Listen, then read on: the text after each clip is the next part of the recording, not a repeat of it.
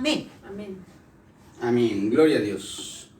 Bueno, pues hoy es un día de aclaración de algo que es muy común dentro del ámbito del cristianismo. Fíjense, chicas, que una de las cosas más comunes que tenemos y que además en los cristianos ya se volvió un cliché es el tema, o no el tema, sino más bien el concepto asociado a la palabra religión.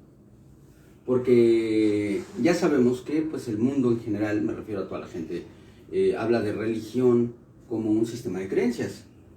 Y hablan de las principales religiones del mundo, o a qué religión perteneces, así vienen todos los cuestionarios en donde te preguntan al respecto. Y los cristianos solemos, como les dije antes, usar ese cliché, ¿verdad? Ya tan manido de, no, es que yo no tengo ninguna religión. Yo soy cristiano, y el cristianismo no es una religión, es una relación. Y así toda una serie de elementos que están pues aprendidos, ¿no? Son unas recetas de cocina bien bonitas que nos aprendemos.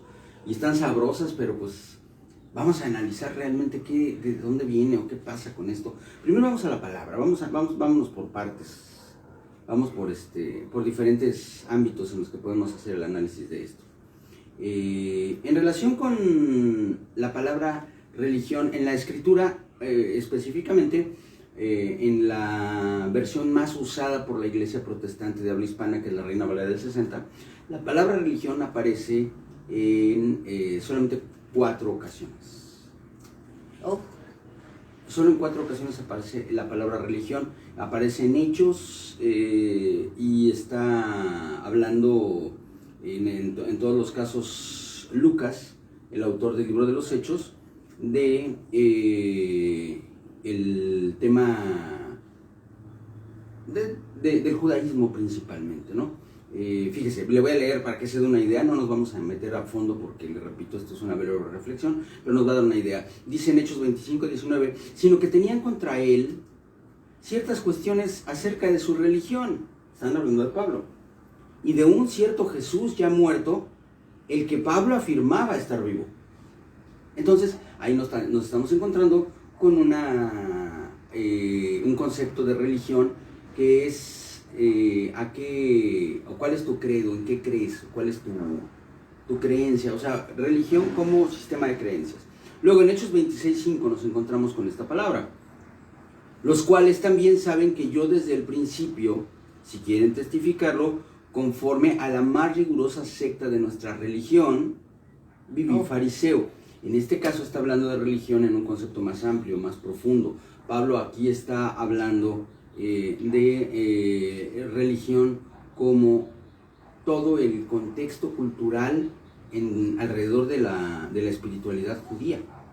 Él de hecho utiliza la palabra secta aquí en este texto de una forma muy apropiada, porque está hablando de secta no en una connotación peyorativa o de menosprecio de alguna forma, sino como una sección, una parte, un grupo o un subgrupo dentro del mismo sistema de creencias, que es el de los fariseos, aquellos que consideraban que la palabra de Dios tenía que ser interpretada literalmente, que no teníamos por qué estarle dando vueltas, y tenemos que aprender, entender y vivir la palabra como está escrita. Ese era el concepto básico de los fariseos, que por cierto es muy semejante a la que consideramos nosotros los cristianos evangélicos.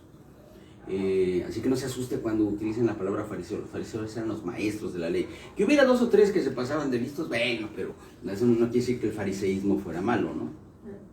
Y finalmente encontramos un par de referencias en la carta de Santiago, o 2 versículos, que es una sola referencia que usa la palabra 2 veces, y que creo que es lo que nosotros estamos buscando entender. Y dice, si alguno se cree religioso entre vosotros y no refrena su lengua, sino que engaña su corazón, la religión del tal es vana. La religión pura y sin mácula delante de Dios el Padre es esta: visitar a los huérfanos y a las viudas en sus tribulaciones y guardarse sin mancha del mundo. Amén. Aquí la palabra religión está hablando en un concepto estrictamente personal. Está hablando de mi creencia personal y mi relación personal con Dios. En este sentido, la palabra religión es una una palabra que aquí se está aplicando etimológicamente. Fíjese que la palabra religión tiene varias interpretaciones etimológicas, porque en el latín, que es de donde viene la palabra, hay varias raíces que podrían ser la raíz del concepto. ¿Por qué? Porque puede venir de religere, que quiere decir recoger o agrupar. En este sentido, la palabra religión habla de un grupo de personas que creen o que piensan igual. Ese es un concepto. Pero también podría ser que venga de religio, que quiere decir reunir, volver a juntar, restablecer un vínculo. Estas son las dos acepciones principales que podemos encontrar. Si se da usted cuenta, son diferentes, significan cosas distintas, pero las dos se pueden pasar al español como religión, religere o religio. Y sin embargo, la Biblia no utiliza de manera regular este concepto. No lo hallamos ni en el griego original, ni tampoco en las traducciones latinas, que es de donde viene la palabra religión, porque religión es latín, o es una palabra en español que proviene del latín. No encontramos nosotros ese concepto con frecuencia en la Escritura. ¿Y sabe por qué? Porque, aunque sí es un cliché, ¿saben qué? Hay que hacerle un nudito a esa cortina que se está poniendo violenta con la cámara. No nos la vaya a tirar. Gracias, Chuy. A ver, demos ayudas. Sí, gracias a Dios. Dale. En realidad sí es cierto, es muy cierto eso de que nosotros no somos o sea, el cristianismo no es una religión como tal. La reclamación de Santiago, del apóstol Santiago, el reclamo que él hace en relación con este aspecto de la fe, es precisamente el de que la religiosidad o la sensación de que tienes tú una posición espiritual asegurada o sólida porque perteneces a un grupo, porque perteneces a un sistema de creencias establecido y porque incluso cumples las reglas de ese sistema establecido, es algo que Santiago cuestiona. Santiago dice, a ver, ¿tú crees que eres religioso? Porque no faltas a los cultos, no dejas de ir a los servicios, participas en las actividades, aportas económicamente. Entonces tú dices, yo estoy bien, porque yo estoy cumpliendo las reglas, yo estoy cumpliendo con una norma. Y Santiago habla fuerte, ¿no? Porque él dice, si alguno se cree religioso entre vosotros y no refrena su lengua, sino que engaña su corazón, la religión del tal es vana. Él no está diciendo que religión es contrario a espiritualidad. Está diciendo que si tú tienes una pertenencia o una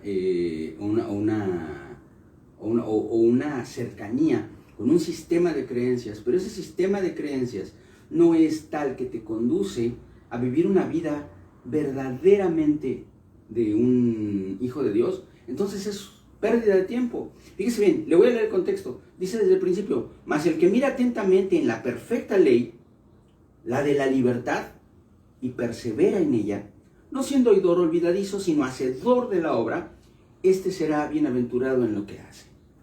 Si alguno se cree religioso entre vosotros y no refrena su lengua, sino que engaña su corazón, la religión del tal es vana. Entonces, estamos hablando de que la Escritura, en términos de la palabra religión, nos dice, no te sirve absolutamente de nada estar atado a un modelo de creencias o a un sistema establecido, entiéndase por sistema establecido, a una u otra iglesias, con todas sus normas, reglas y formas de vivir la relación con Dios o establecer una forma de relación con Dios, si tu persona individual no tiene integridad.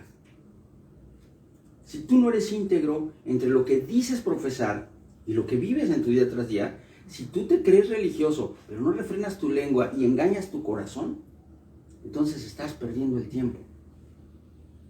¿Y a dónde queremos llegar con todo esto? A entender lo que dice en el verso siguiente. Dice, ok, si quieres creerte religioso, porque así es como lo plantea Santiago, la religión pura y sin mancha delante de Dios el Padre es, visita a los huérfanos y a las viudas en sus tribulaciones y guárdate sin mancha del mundo. Aquí tenemos una sinécdoque.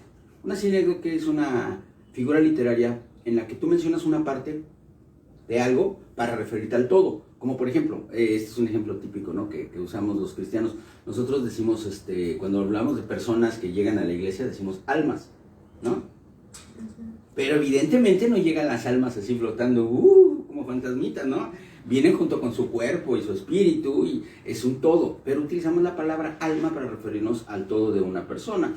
Igual que cuando se habla de animales, de animales de forrajeo y animales de industria como vacas o como cerdos o como corderos o borregos, hablamos de cabezas de ganado, pero en realidad no son las cabezas solas, vienen con todo el cuerpo.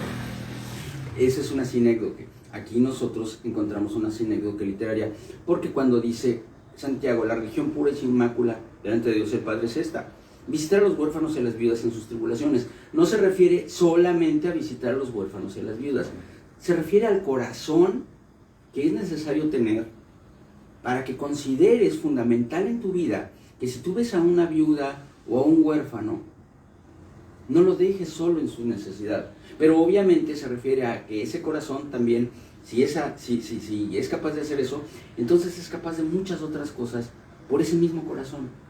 Se está refiriendo a una forma especial de ver la vida. Ver la vida sabiendo que así como Cristo dio su vida por nosotros, nosotros damos la vida por Cristo a través de servir al necesitado, de buscar al que requiere de Cristo, de alcanzar a los perdidos, de extender la mano generosamente, dando de lo que Dios nos dio para que nadie sufra necesidad material, espiritual, en el alma, en cualquier área. Y guardarse sin mancha del mundo. Porque estas dos están ligadas por una conjunción y, fíjese bien, te está diciendo servir a Dios sirviendo a tu prójimo y guardarse sin mancha del mundo. Ambas juntas. Son dos condiciones muy sencillas. ¿Qué quiere decir? Ama a tu prójimo como a ti mismo. Pero, para que valga, también tienes que amar a Dios por sobre todas las cosas. A esto se reduce toda la ley y los profetas. Y a veces no entendemos ese texto, porque cuando Jesús le dijeron, ¿cuál es el mandamiento más grande de la ley, maestro? Entonces el Señor contesta, de acuerdo con la cultura judía, era muy bien entendible, ¿no? Era muy claro, cuando dijo, amarás al Señor tu Dios con todo tu corazón, con toda tu mente y con todas tus fuerzas. Y el segundo es semejante, amarás a tu prójimo como a ti mismo. A esto se reduce toda la ley y los profetas. Esta es una muy buena respuesta para un judío, pero a veces para nosotros los gentiles no queda tan clara. Aunque es literalmente es muy fácil de entender, en realidad aplicarlo a la vida cotidiana no está tan simple. Porque para la cultura judía, decir, amarás al Señor tu Dios por sobre todas las cosas, con todo tu corazón, con toda tu mente y con todas tus fuerzas, vas a vivir una vida en la cual cada cosa que hagas va a tener como propósito agradar a la mano. Y eso implica santidad, eso implica pelear fuertemente en contra del pecado, eso implica luchar por ser como Dios quiere que seas, mantenerte alejado de todo aquello que le ofende a Dios. Como dice Santiago, guardarte sin mancha del mundo. Que lo que te rodea, que el sistema de cosas, las costumbres, las tradiciones y todas las cosas que podrían alejarte de Dios, tú puedas desecharlas en el nombre de Jesús y mantenerte puro. Pero también es importante que entendamos que de la misma forma en la que nosotros podemos apartarnos del mal, también tenemos que entender, bueno, ¿qué vamos a hacer a cambio del mal? O sea, ok, yo aparto de mi vida todo el pecado, ¿y luego qué? ¿Me encierro a vivir mi vida espiritual en una cajita de cristal? No, ¿verdad? Entonces, ¿qué vas a hacer? Vamos a extender todos los aspectos que están implicados en esta sinécdoque. Visitar a los huérfanos y a las viudas en sus tribulaciones. ¿Esto qué quiere decir? No quiere decir que solamente visites viudas y huérfanos, sino que hagas el bien en todo momento, hasta donde alcancen tus fuerzas, sobre el necesitado. El Señor Jesucristo en Mateo 25 nos habla con toda claridad que en el tiempo del juicio algunos van a ser recibidos delante de su presencia, porque en el día del juicio el Señor les va a decir, entra, pasa al gozo de la eternidad conmigo, porque tú cuando me viste desnudo, me vestiste, cuando me viste enfermo, me cuidaste, cuando me viste huérfano, me abrazaste, cuando me viste preso, me visitaste. Y entonces vamos a decirle a ti, Señor, ¿cuándo te vimos desnudo? ¿Cuándo te vimos hambriento? ¿Cuándo te vimos enfermo? ¿Cuándo te hallamos preso? Y el Señor va a decir, por cuanto lo hiciste a uno de estos, mis pequeñitos, a mí lo hiciste. Entra en el gozo de tu Señor. Así, cuando nosotros servimos a nuestro prójimo, cuando nosotros nos despojamos de vanidad y nos despojamos de ego y nos despojamos de las ganas de figurar en los grandes escenarios y nos vamos a la casa del necesitado para compartirle una palabra y también un pedazo de pan y también un abrazo y una plática que pueda tener esa persona, en ese momento es como si estuviera Cristo ahí y lo estuviéramos haciendo a Él. El Señor Jesucristo se presenta a nosotros como una persona necesitada. El Señor Jesucristo se muestra a nosotros como un niño abandonado. El Señor Jesucristo se presenta a nosotros como un enfermo en un hospital. Y si no discernimos a Jesucristo en ello, entonces sencillamente cuando nosotros vamos al templo y vamos a la célula y nos reunimos con los hermanos y cantamos y alabamos y nos caemos y todo lo demás, estamos practicando una religión vana. Es decir, estamos ateniéndonos a una serie de normas que no nos llevan más que a andar en círculos, sin ningún provecho para nuestras vidas. El cliché de, no, es que lo mío no es una religión, es una relación con Dios, puede ser absolutamente cierto, puede ser un cliché, puede ser algo real, pero tenemos que entender que nuestra relación con Dios en esta tierra se manifiesta a través de nuestra relación con el necesitado. No estoy hablando del pobre físicamente, porque hay personas inmensamente ricas que están igual de necesitadas de Cristo que el pobre. No es sencillamente que vayas a buscar al que tiene hambre, a lo mejor vas a buscar al que tiene lo que tú nunca vas a tener materialmente, pero que está vacío de Dios. Debemos entender la necesidad como Dios la entiende. Y en esto estamos nosotros verdaderamente teniendo comunión con Dios y haciendo que cuando vayamos al templo o a la célula o a las reuniones de la iglesia y cantemos, alabemos y nos gocemos y dancemos y todo lo demás, vamos a estar no practicando una religión vana, sino llegando al tiempo de la acción de gracias por una vida llena de Cristo. No se espante, mi hermano, mi hermana, de utilizar la palabra religión desde el punto de vista correcto, así como Santiago. Ciertamente hay reglas que cada una de las iglesias a las que pertenecemos, los que pertenecemos a las iglesias, debemos cumplir. Ciertos horarios, ciertos cultos en ciertos momentos, y nuestro servicio tiene un formato determinado al que nos sujetamos para no hacer desorden en el templo. Si todos están cantando, pues cantamos, ¿verdad? Si todos están danzando, pues dancemos. Y si estamos oyendo la palabra, pues oigamos atentamente la palabra. Pero no creamos ni por un momento que eso nos hace cristianos. Eso es la consecuencia, no la causa, la consecuencia de una vida abundante en Cristo Jesús. O es una religión, una de dos, una religión vana. Si es una religión verdadera, si se aplica etimológicamente a la palabra y estamos nosotros relegare o religio, es decir, reuniéndonos todos porque tenemos una sola fe, o bien restableciendo nuestra relación con Dios, que son las dos acepciones posibles de la palabra religión, entonces somos auténticos y no hay mancha en nosotros. Si creemos que con eso, es decir, con cumplir las reglas, ya la libramos, tenemos un serio problema y tenemos que meditar en la palabra y buscar de Dios y deshacernos de la religión vana para convertirnos en auténticos seguidores de Jesucristo. Piénsenlo, medítenlo.